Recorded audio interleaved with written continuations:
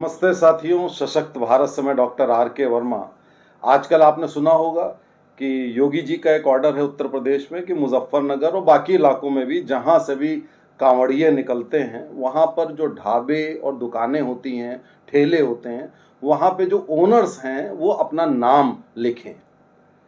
इस पर बवाल मचा हुआ है और सारा विपक्ष इसके विरोध में है साथियों। अब आप जरा देखिए कि सन 2006 में कांग्रेस सरकार उपभोक्ता अधिनियम कानून लाई थी जिसमें ये प्रावधान है कि हर इस्टेब्लिशमेंट को जो ओनर है उसको अपना नाम और पता और नंबर लिखना जरूरी है। उस पर आप कहीं भी जाते हैं, कोई दुकान हो या कोई इंस्टीट्यूट हो, डॉक्टर की क्लिनिक हो, क्या डॉक्टर की क्लिनिक को बगैर डॉक्टर का नाम पढ़ के आप चले जाएंगे अंदर? क्या? तो ये बिल्कुल सही नियम था। ये पूरी दुनिया में नियम होता है। ये एक उपभोक्ता का, कस्टमर का राइट होता है कि मैं जहां से सामान खरीदूं या किसी डॉक्टर के पास जाऊं या कहीं भी वो करूं तो मैं उसके बारे में उसका नाम पता जानूं। और इस आदेश में यह भी नहीं कहा गया था कि किसी खास वर्ग को करना है, हर एक को करना है, चाहे किसी धर्म का हो चाहे किसी वर्ग का हो। लेकिन देखिए कि उसी अपने ही आदेश के विरोध में कांग्रेस पार्टी आ गई, बाकी सब लोग आ गए, कुछ बिहार के लोग आ गए। वो क्यों आ गए? उन्होंने सोचा कि ये आदेश मुस्लिमों के विरोध में है। यानी कि उनका ये था मानना, यानी कि उन्होंने मान लिया कि मुस्लिम ऐसा करते हैं, अपनी पहचान छुपाते हैं। तो साथियों, मैं आपको बता दूं आज कि वास्तव में मुस्लिम दुकानदार अपनी पहचान छुपाते हैं। और यह भी आप जान लीजिए कि अपनी पहचान छुपाना बहुत बड़ा अपराध होता है। आप बैंक में जाते हैं, आप केवाईसी, आपसे हर साल केवाईसी लिया जाता है, नो योर कस्टमर। क्यों लिया जाता है? मत दीजिए। आप एयरपोर्ट पे जाते हैं, आप कहीं भी जाते हैं, आपकी आईडी, आपका पासपोर्ट, आपका आधार हर जगह मांगा जाता है। अब आप कोई दुकान खोलेंगे और दुकान है आपकी और आप किसी और का नाम बता देंगे तो ये तो अपराध है। इसको इम्पर्सोनेशन कहते हैं। ये एक क्राइम होता है कि आप किसी दूसरे का नाम इस्तेमाल करके कोई बिजनेस करें या कोई लाभ लें। ये अपने आप में एक अपराध होता है।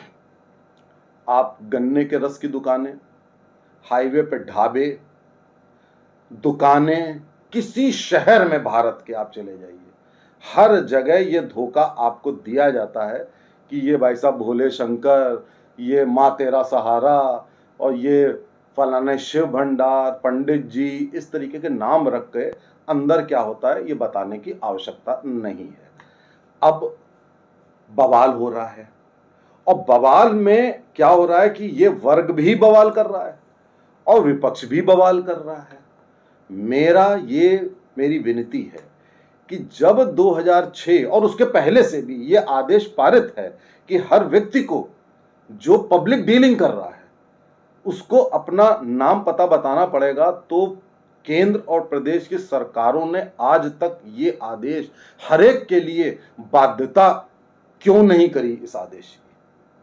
और ये कांवड़ियों के लिए ही नहीं महत्वपूर्ण है, ये सबके लिए महत्वपूर्ण है, हमारे आपके लिए, कि हम किसी से डीलिंग कर रहे हैं, हम उसका नाम ही नहीं जानेंगे या उसका हम गलत नाम जानेंगे। अब आप देखिए, अगर ये वर्ग मुस्लिम ऐतराज कर रहा है तो मैं इनको भी जवाब दे दूं। एक मुस्लिम कहीं भी जाता है तो कहता है कि मैं हलाल का मीट खाऊंगा। कहता है कि नहीं कहता है? हलाल का मीट, यदि उसको डाउट है तो वो मीट नहीं खाता है, वेजिटेरियन खाना खा के चल देता है। ये तो हलाल के मीट की बात हुई। इसके बाद आप देखिए, मिडिल ईस्ट से लेकर हर जगह आजकल हलाल सर्टिफिकेशन की बात है कि भाई ये हलाल सर्टिफिकेशन है कि नहीं है, वरना नहीं चलेगा। तो आप हलाल का मीट खा सकते हैं, आप हलाल सर्टिफिकेशन की बात कर सकते हैं। और दूसरा वर्ग भगवान की पूजा करने जा रहा है, वो सात्विक नहीं हो सकता, वो शुद्ध शाकाहारी भोजन शाकाहारी व्यक्ति द्वारा बनाया हुआ नहीं खा सकता। ये तो, इससे बड़ी बेईमानी और अन्याय तो कोई हो ही नहीं सकता कि आप कहीं जा रहे हो, आपको जबरदस्ती सुअर या गाय या बकरे का मांस या उसका शोरबा खिला दिया जाए। ये तो नहीं किया जा सकता ना। और इतना तो हम प्रिज्यूम करेंगे ही कि कोई धार्मिक यात्रा अगर जारी, मैं आपको बताऊं और आगे बताऊं आपको, आप बनारस देख लीजिए। बनारस में जगह जगह मस्जिदों के नीचे फूल और माले वालों की दुकानें हैं, जगह जगह, जगह जगह इम्पर्सोनेशन है, दुकान किसी की, नाम किसी का, काम कोई और। ये इस देश में नहीं चलना चाहिए। अगर आप इस देश में ये काम करेंगे, नाम बदल करेंगे, तब आप वोटिंग में भी यही करते थे, आप वोटिंग में भी यही कर लीजिए, नाम कुछ और, काम कुछ और, वोट किसी को। ये बहुत ही गलत परिपाटी इस देश में चल रही है। मैं आपको बताऊं, यूरोप में भी यही होता है। यूरोप में भी, मैं यूरोप के टूर में 2 बार गया और मैंने देखा कि पाकिस्तानी और बांग्लादेशी वहां पर अपने आप को इंडियन बोलते हैं, अपने रेस्टोरेंट का नाम इंडियन, भारत इस तरीके से रखते हैं। मैं फंस चुका हूं पाकिस्तानी रेस्टोरेंट में। भाई ऐसा क्यों करते हो? तुम पाकिस्तानी हो तो अपने आप को पाकिस्तानी क्यों नहीं कहते भाई? वैसे तो बड़ी लड़ाई झगड़ा और क्या कहते हैं वहां पे आतंकवाद फैलाते हो, और वहां पर तुम हमारे नाम से होटल खोलोगे क्यों भाई? बांग्लादेशी आप पेरिस में देख लीजिए, भरे पड़े हैं, सबके नाम भारत पर। ऐसा कौन सा शर्मनाक काम करते हो जो अपने देश का नाम नहीं लिख सकते हो अपने बोर्ड पे? तो आप विदेश में भी पाकिस्तानी बांग्लादेशी ये कर रहे हैं, अपने देश में अपने ही देश के लोग अपनी आइडेंटिटी छुपा रहे हैं।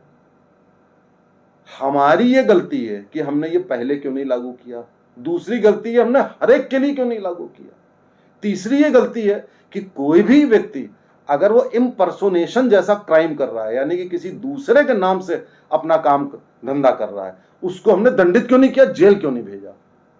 आप मेरे साथ कहीं भी चलिए, किसी भी मार्केट में, आपको 80% लोग फेक नामों से बिजनेस करते हुए दिखाई दे जाएंगे। 80% लोग, मैं बता रहा हूं, specially hotel industry, restaurant industry, खाने पीने की चीज, गन्ने का रस, ये सब।